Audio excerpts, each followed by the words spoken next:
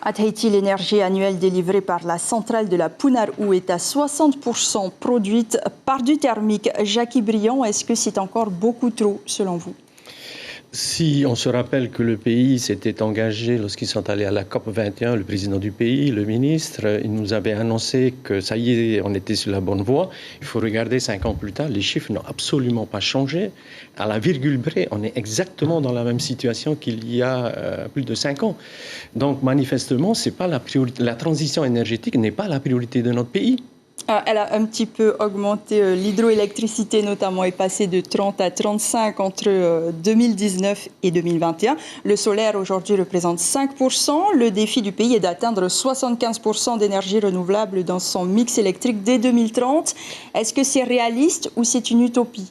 Je vous renvoie à vos chiffres. Faites le calcul 5%, multipliez par le nombre d'années pour arriver à 70 et vous verrez, on sera arrière-grand-père, on ne sera toujours pas à nos 70%. Parce que parallèlement à cela, la consommation continue à augmenter. Donc ce n'est pas uniquement un problème de production, c'est aussi un problème de réduire la consommation par des économies.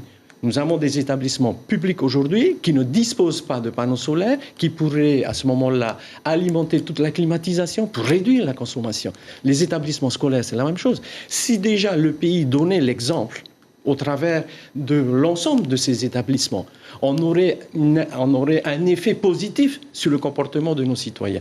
La seconde chose, si nous ne modifions pas le code de l'urbanisme dans lequel on imposerait de nouvelles dispositions pour réduire notre importation et notre consommation, on n'y arrivera pas. Donc il y a un ensemble de mesures aujourd'hui qui ne sont absolument pas à l'ordre du jour. Je vais vous donner un autre exemple. C'est le nombre de véhicules qui rentrent en propriété tous les jours. On est à plus de 70 000. On n'a pas changé depuis 5 ans.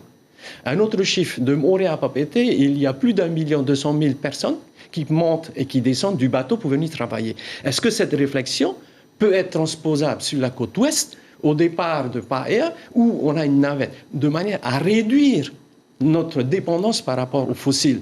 La même chose sur la côte est. Donc il y a un ensemble d'engagements forts. Il ne faut pas bricoler des petites réponses. Il n'y a pas de volonté politique. Absolument pas.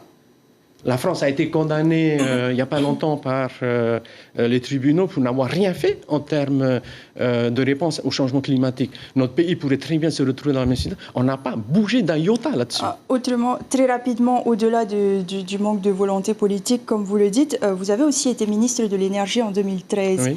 Est-ce qu'il y a aussi des intérêts financiers Bien sûr.